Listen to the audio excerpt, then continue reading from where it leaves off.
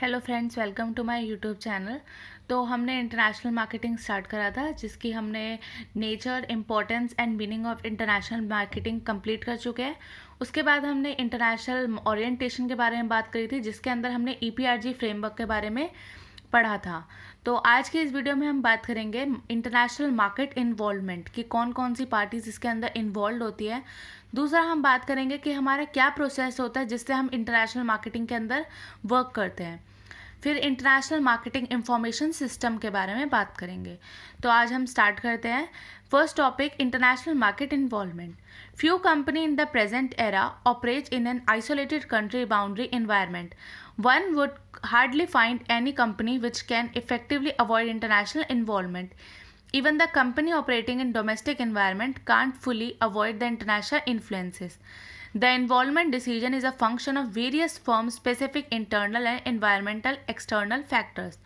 तो जो हमारा इंटरनेशनल मार्केट इन्वॉल्वमेंट होता है, इसके अंदर हम अपने दो डिसीजंस के बारे में या दो फंक्शंस के बारे में बात करते हैं, जिसके अंदर हमारा फर्स्ट आता है फर्म स्पेसिफिक, जिसको हम इंटरनल फैक्टर बोलते हैं, और दूसरा आता है हमारा एनवायरमेंटल फैक्टर या फिर external factor. Drivers in the business environment, तो इसके अंदर हमारे दो पार्ट होते हैं। फर्स्ट वन इज एक्सटर्नल या environmental factor, second is internal various firm specific factor. तो एक्सटर्नल वाले की बात करते हैं, इसके अंदर हम अपने कंपटीशन के बारे में बात करते हैं। अब एक्सटर्नल जैसे नाम से ही समझ आ रहा है कि हम अपनी कंपनी को जब बाहर वाली कंपनी के साथ कंपेयर करते हैं, जब हमारे बाहर वाले फैक्टर होते हैं उसको बोलते हैं एक्सटर्नल। मतलब जब हम मार्केटिंग के एनवायरनमेंट के बारे में बात कर रहे हैं तो आता है हमारे एक्सटर्नल फैक्टर के अंदर, और जब हम अपने कंपनी के अंदर के एनवायरनमेंट की बात कर रहे हैं तो आता है हमारा इंटरनल फैक्टर के अंदर। तो एक्सटर्नल में आता है हमारा फर्स्ट कंपटीशन। हम अपने कंपटीशन को देख के चलते हैं, regional economic and political integration को देखते हैं, टेक्नोलॉजीज़ को देखते हैं, इकोनॉमिक ग्रोथ को देखते हैं, improvement in the transportation and telecommunication infrastructure, transition to a market economy covering consumer needs. अब इंटरनल फैक्टर के अंदर क्या आता है, जो हमारे कंपनी के अंदर के फैक्टर्स हैं, जैसे कि स्टैंडर्डाइजेशन या economic of scale, cheap labour लगाना अपनी कंपनी के अंदर, जिससे हमें ज़्यादा से ज़्यादा वो काम करके दे, PLC consideration, high new production cost, अपने कॉस्ट ऑफ प्रोडक्शन को इंक्रीज़ करना, उनकी डेवलपमेंटल कॉस्ट को इंक्रीज़ करना, एक्सपीरियंस ट्रांसफ़र। तो ये दो फैक्टर्स इसके होते हैं जो कि इंटरनेशनल मार्केट के अंदर इन्वॉल्व होते हैं। अब आता है हमारा प्रोसेस ऑफ इंटरनेशनल मार्केटिंग। तो सबसे पहले आता है हमारा ग्रोथ, फिर आता है सबसे पहले आता है ग्रोथ, फिर आता है profitability, risk spread, access to imported input, USP of product and services, marketing opportunities, spreading R&D cost, सॉट एनालिसिस, एंड लास्ट में आता है decision to enter into international marketing. तो अब सबसे पहले हम इसके प्रोसेस की बात करते हैं। सबसे पहले हम देखते हैं हमारी ग्रोथ कितनी है। हम अपनी कंपनी को खुद ही कंपेयर करते हैं। हम देखते हैं कि हमारी कंपनी के अंदर ग्रोथ कैसे हो रही है, हम कंपनी के अंदर कितना प्रॉफिट कमा पा रहे हैं, हम कितनी रिस्क हमें हर साल देखने को मिलती है।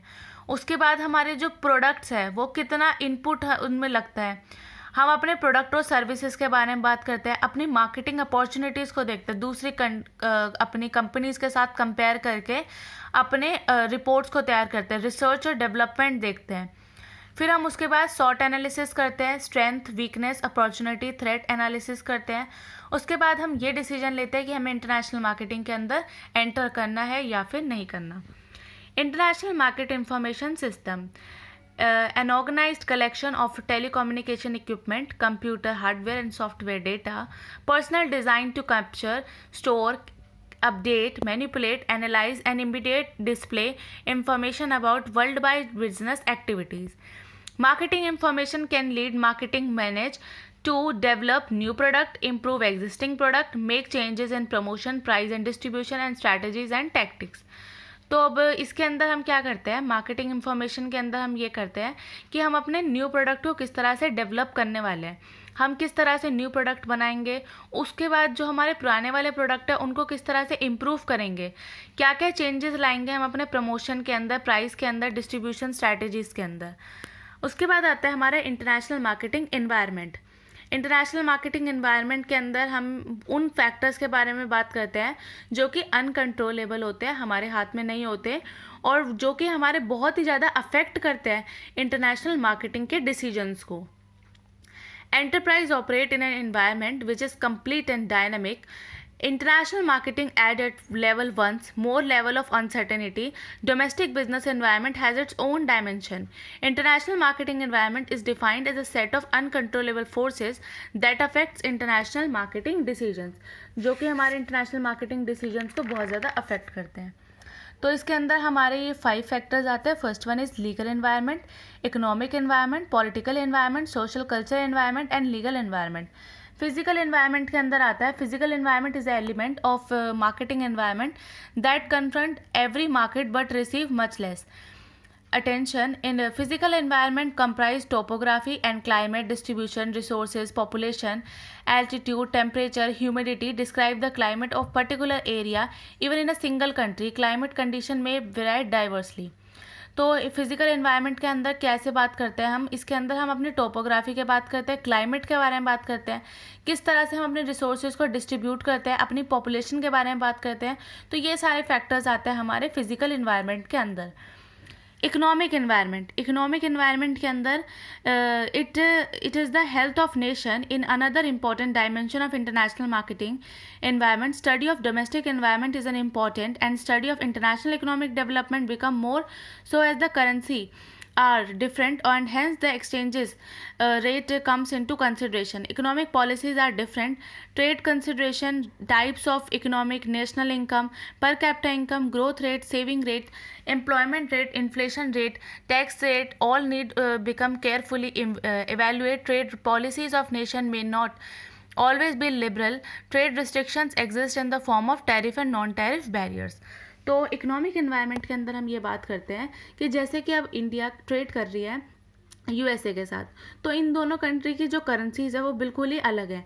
हमारी है रुपी और जो यूएसए उनकी है डॉलर। तो इन दोनों के अंदर ट्रेड करने से अब हम ये देखते हैं एक कंट्री के कहीं ज़्यादा नुकसान तो नहीं हो रहा। तो इसके अंदर हम किसके बारे में, किन फैक्टर्स को ध्यान में रख के अपनी पॉलिसीज़ को तैयार करते हैं। जैसे कि हम अपनी नेशनल इनकम को देखते हैं, उस पर कोई ज़्यादा इफेक्ट तो नहीं पड़ रहा। पर कैपिटा इनकम देखते हैं, ग्रोथ रेट देखते हैं, सेविंग रेट देखते हैं, employment rate, inflation rate, tax rate. तो इन सबको हम केयरफुली इवेल्युएट करने के बाद ही उसके अंदर एंटर करते हैं। Social, economic, cultural environment. Market involved continuously. One cannot really understand the economic process of evolution without due regard to culture. International marketing need to part with SRC, self reference criteria. तो इसके अंदर आता है हमारे किस तरह से हमारा पावर डिस्टेंस कैसा है, collectivism versus individualism, feminist versus masculine, uncertainty avoidance, long term orientation और शॉर्ट टर्म ओरिएंटेशन। अपने डायमेंशंस को देखते हैं, अपने एलिमेंट्स के अंदर आता है कि क्या हमारी वैल्यूज़ कैसी है, हम किन रिचुअल्स को फॉलो करते हैं, हमारे क्या सिम्बल्स हैं, हमारे किस तरह से थॉट प्रोसेस है। तो ये सब आता है हमारा सोशल कल्चर एनवायरनमेंट के अंदर। ओरिजिन देखते हैं, ओरिजिन ऑफ कल्चर कहाँ से है, ज्योग्राफी कैसी है, social instructions, history, political, economic, technology. उसके बाद आता है हमारा last political environment. Political environment के अंदर होता है पॉलिटिकल स्टेबिलिटी के बारे में बात करते हैं। Friendliness of government of the host country in what make it an ideal political climate for business operating in foreign country. Frequent changes in government और policies often mean increase political risk.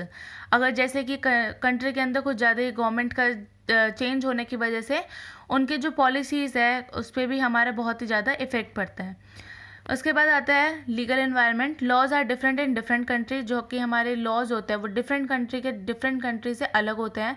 There is a no uniform international commercial law governing business transaction across the part of the world.